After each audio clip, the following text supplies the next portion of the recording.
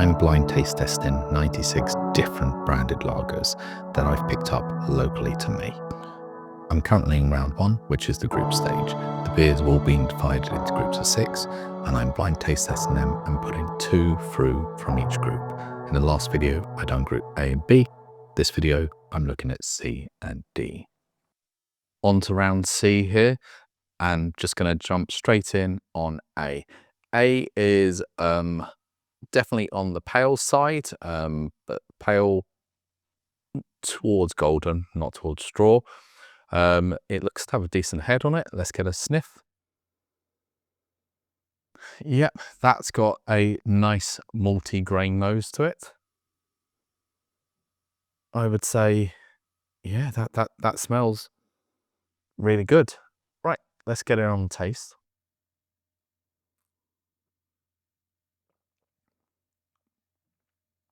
Oh, wow. First of all, it felt like a big alcohol hit.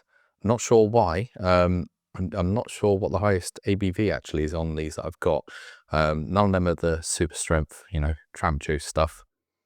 Maybe another time.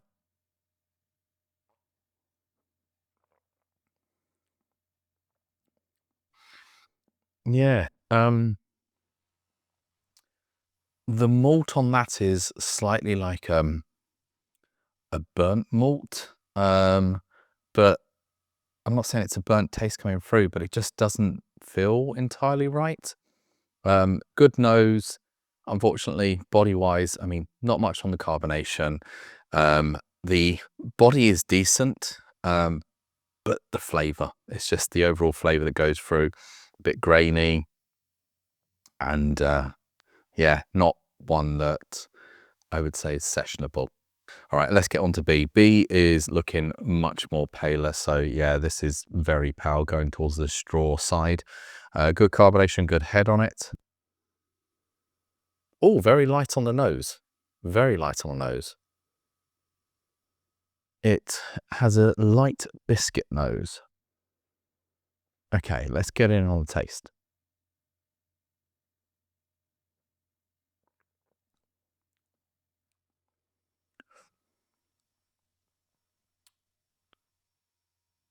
It's got the same flavour coming through on the actual taste.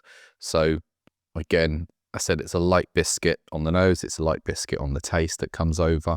It has a slight drying quality to it as well. And I would say a bit of bitterness. So that's always welcome, a bit of bitterness on the lager. On to C, which looks to be the same colour as B. So we're looking at that sort of straw to pale colour. Carbonation rolling up again, not as much a head on it. Oh, nose is quite lacking. There's a malt, but it's a light malt. Yeah, just the light malt on it. Let's get a taste of it.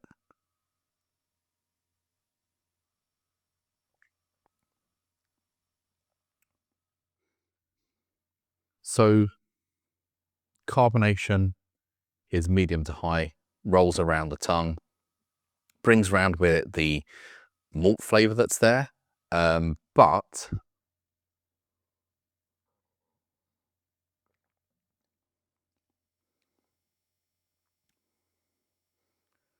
there is an off note on that for me, and I can't place what it is. There's a certain off note, I say edging towards that sort of cardboard note elements that I've sometimes mentioned. Yeah, not sure on that. It felt good on, I say, body and carbonation, but slightly lacking on the aftertaste and on the original nose, which was quite light.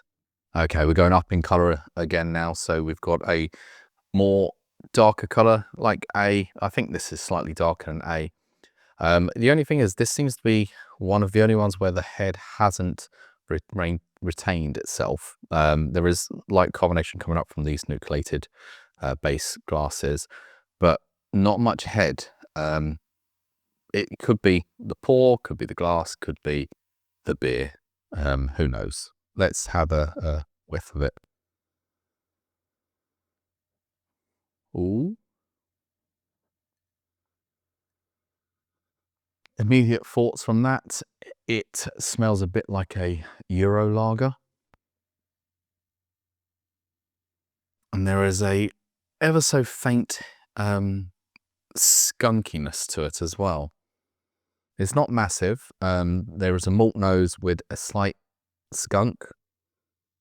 And I've said it many times, I think before, not on this, but the blind taste tests and reviews.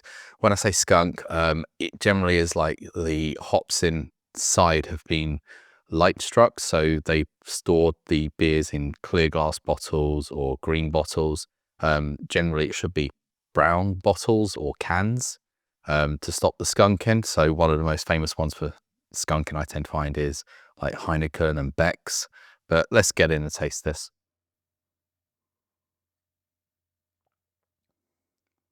Oh,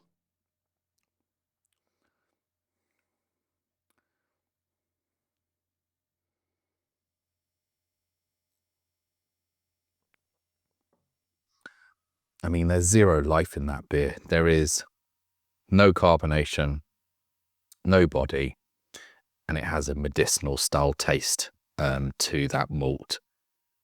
That is really not a good one, and I think it's not the pour, it's not the glass, it's the beer. There's no carbonation in that beer at all. Right, penultimate, we're on to E.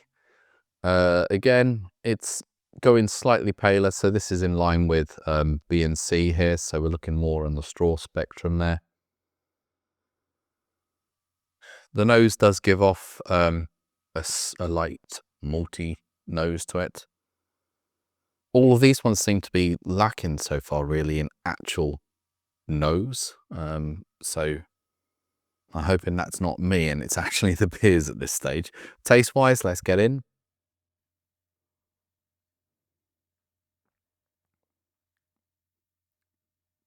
Oh yeah.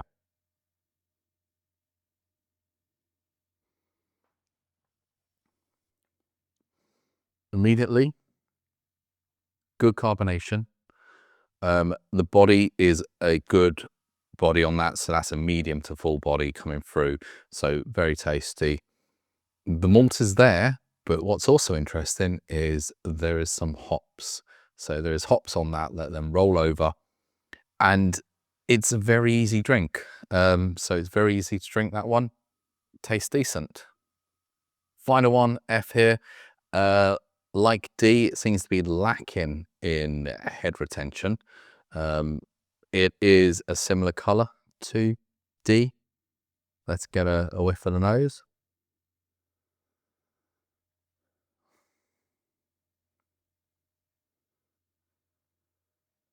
It is just coming off as a light malt, not much else to it, no complexities. I think this round is just, I'm going to call it the light malt nose round. Let's get in on the taste.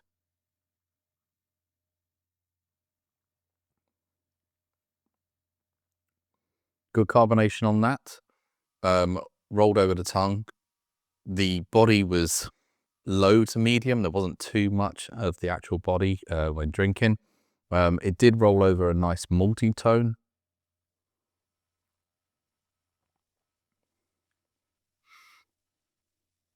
Yeah. That's, I would say, sort of hitting the marks of a Euro lager.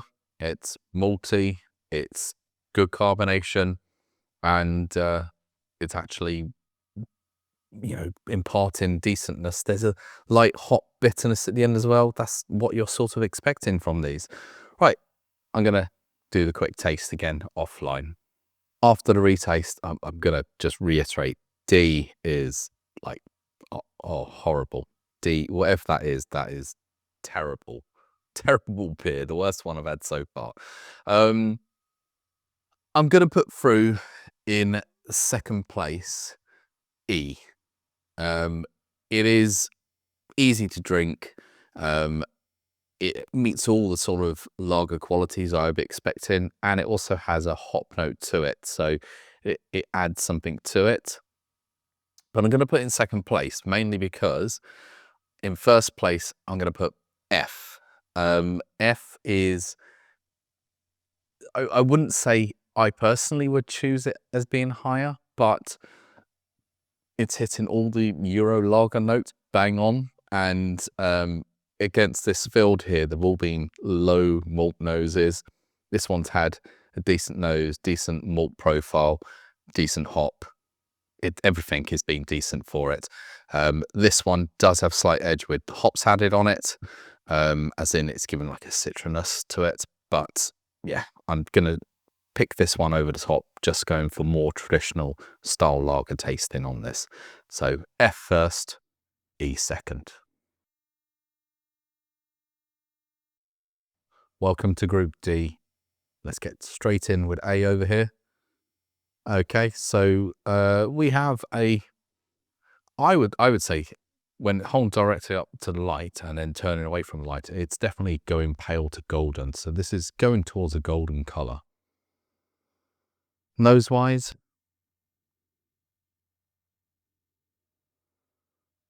slightly bready. It's a bready malt nose, but nothing complex smelling on there at all. Let's go in for the taste.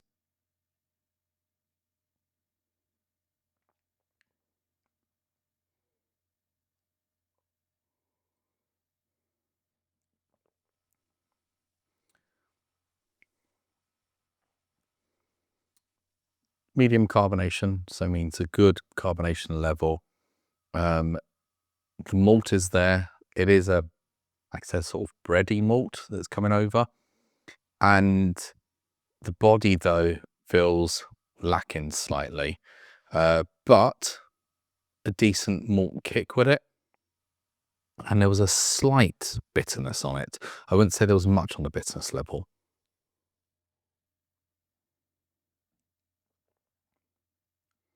Yeah, there was a bitterness there as well.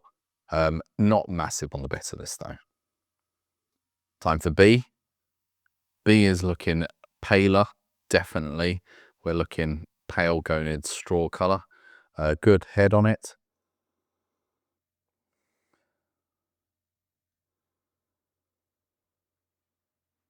It has a pale malt nose. Yeah, it feels like it's pale malts that are being used and it's a pale malt nose. It's interesting. I can't wait to see what this one's going to taste like. Let's get in.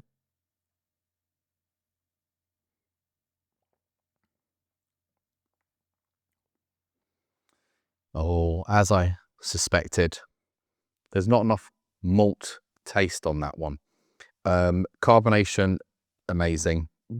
Proper, like at the carbonation level I expect. So we're looking at medium, above medium, but not at high. So it's not overpowering on carbonation. The body is good, but it just is lacking on that malt taste.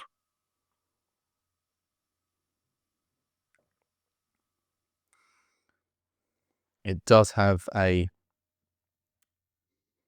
slight bitterness to it. It is easy to drink though. Okay, on to C here. Similar, I would say, perhaps to B in the colour of it. So we're looking at a straw to pale colour. Not much head retention on it. Not much carbonation rolling up on the glass. Nose-wise, it is the maltiest out of them all so far. Okay, it's got a good malt kick on the nose. Let's get into the taste.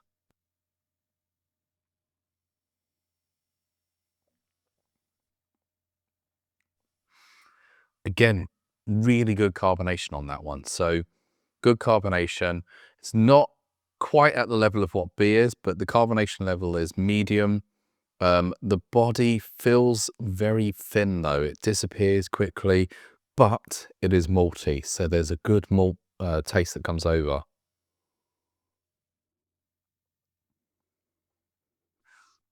Yeah, that's got, it just leaves the malt in your mouth there. That tastes good. Just a shame on its actual body being quite low. Move to D.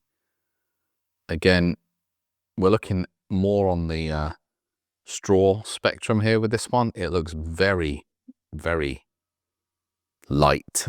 Not much on the head at the moment, but these could all be down to the pour and how long it's taken me to get to this stage of recording after the missus has poured them. Nose-wise, wow, nothing really to that. Nope, nothing really being picked up on that nose. Nothing there. Wow, okay. Let's go in for the taste.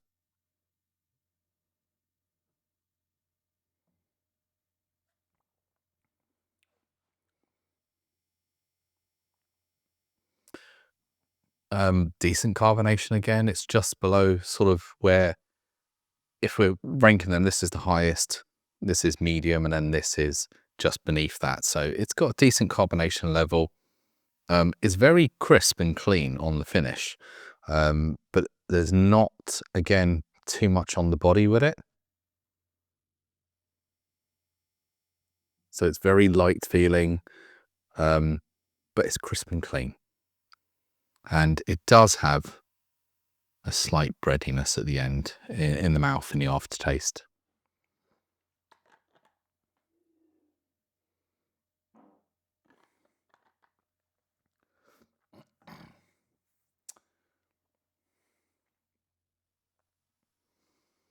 Ooh. E here, this looks the lightest out of all of them. This is very, very pale. I mean, that has barely any colour from where I'm looking at it, but looking directly at the light here, very pale. Not much carbonation. The head hasn't retained either. It feels like, you know, is this watered down? This could be a shandy colour, I would say. Let's have a nose. Okay, the biggest nose so far. It's got a big nose. Yeah, that's good. Good bready malt nose to it. That makes this interesting to taste now, considering it's that light. Part of me was thinking it may be a rice beer, but the nose doesn't quite tie in with that. Let's go for a taste.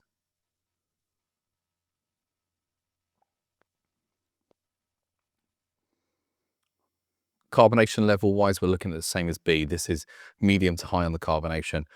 Good level of carbonation, I would say. It's not overpowering, so it's a good level of carbonation.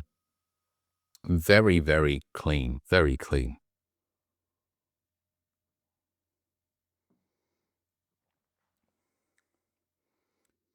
It does have that hot bitterness on the end as well. So although I was saying it was clean, second taste, it does leave hot bitterness afterwards.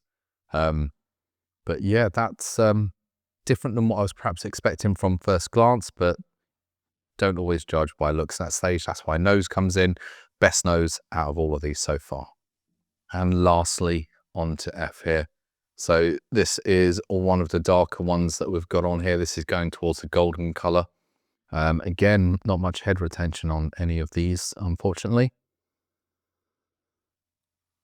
This is up there on biggest nose with E here, but the nose is like biscuity, definitely biscuit. And there's something else going on there. There's something else on that nose. Right, let's get into the taste and see what we've got.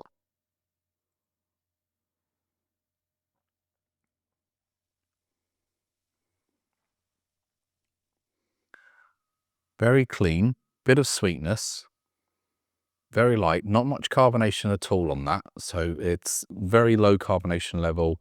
I would say slightly thin on the body as well.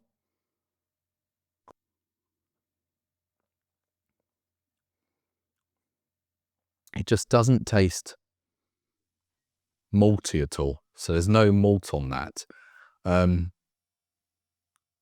Yeah, it's clean and easy, just a different style of lager compared to the other ones we've got here. I'm going to quickly retaste them and then come back and choose my top two. Okay, so gonna choose the two that I'm put through here. I'm immediately gonna say it's not any of these three here. It's between these three. I'm gonna put my number 2 as E. Um, it has a good nose. It is clean, but it has a nice maltiness to it. That is an easy to drink session beer, I would say. When it comes to 1, I'm gonna say that I'm not choosing F here because there's just something slightly off with the taste. How the bitterness goes, there's obviously some adjuncts or something in there that's not quite given a malty end taste, and the bitterness is slightly off for me. So I'm putting in D as my first place. It had the best nose out of all of them, great carbonation rolling over as well, and a really enjoyable beer. So 2 and 1.